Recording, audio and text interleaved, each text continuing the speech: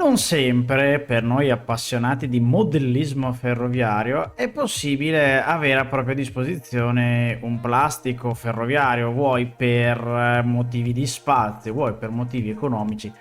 D'altronde il nostro hobby è abbastanza costoso, non so se avete notato, ma nell'ultimo periodo i prezzi sono letteralmente lievitati, tanto che una locomotiva analogica viene a costare ben oltre i 200 euro. Ecco, in questo video voglio presentarvi un'alternativa digitale ma molto economica che vi consentirà di sopperire, almeno in parte spero, alla mancanza di un plastico ferroviario a casa vostra. Prima di iniziare però vi invito ad iscrivervi al canale perché tantissimi di voi, oltre il 90% di coloro che guardano i miei video, non sono iscritti. Magari per voi può sembrare una cosa da poco, ma per me va davvero tantissimo perché mi aiuta a crescere. Quindi clicca, mi raccomando, su iscriviti e adesso godiamoci il video.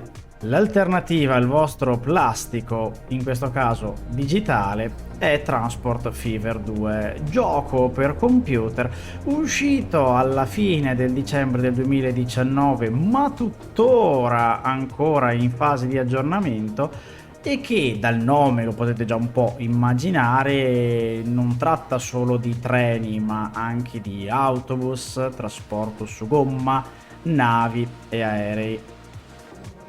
Ma grazie al lavoro spesso gratuito da parte di tanti appassionati, c'è la possibilità tramite il workshop di Steam, che è la piattaforma sulla quale il gioco si basa, di scaricare gratuitamente tantissimi add-on che ci danno la possibilità di utilizzare delle mappe create appositamente piuttosto che dei veri e propri modelli come nella realtà, quindi potrete utilizzare delle locomotive che hanno davvero corso sui binari in Italia piuttosto che degli elettrotreni, delle stazioni, le rotaie, i pali dell'elettrificazione, tantissime cose italiane ma anche no, perché davvero questa community è molto ampia e trovate tutto per tutti i gusti.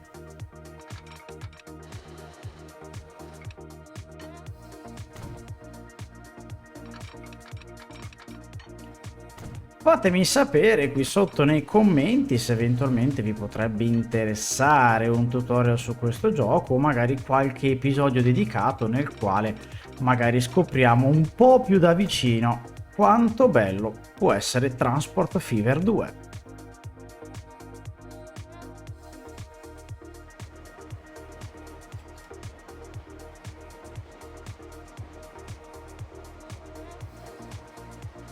Prima di chiudere vi invito a proseguire il video perché in questo bellissimo gioco c'è anche la possibilità di salire letteralmente a bordo dei nostri convogli e di entrare nella cabina di guida dei nostri treni e di goderci il viaggio attraverso i binari. E nel seguente video utilizzeremo una mappa che avevo scaricato appunto tramite il workshop di Steam del Nord Italia che avevo un po' modificato e ci faremo un viaggio da Venezia Mestre fino a Milano. Signori, a bordo che si parte.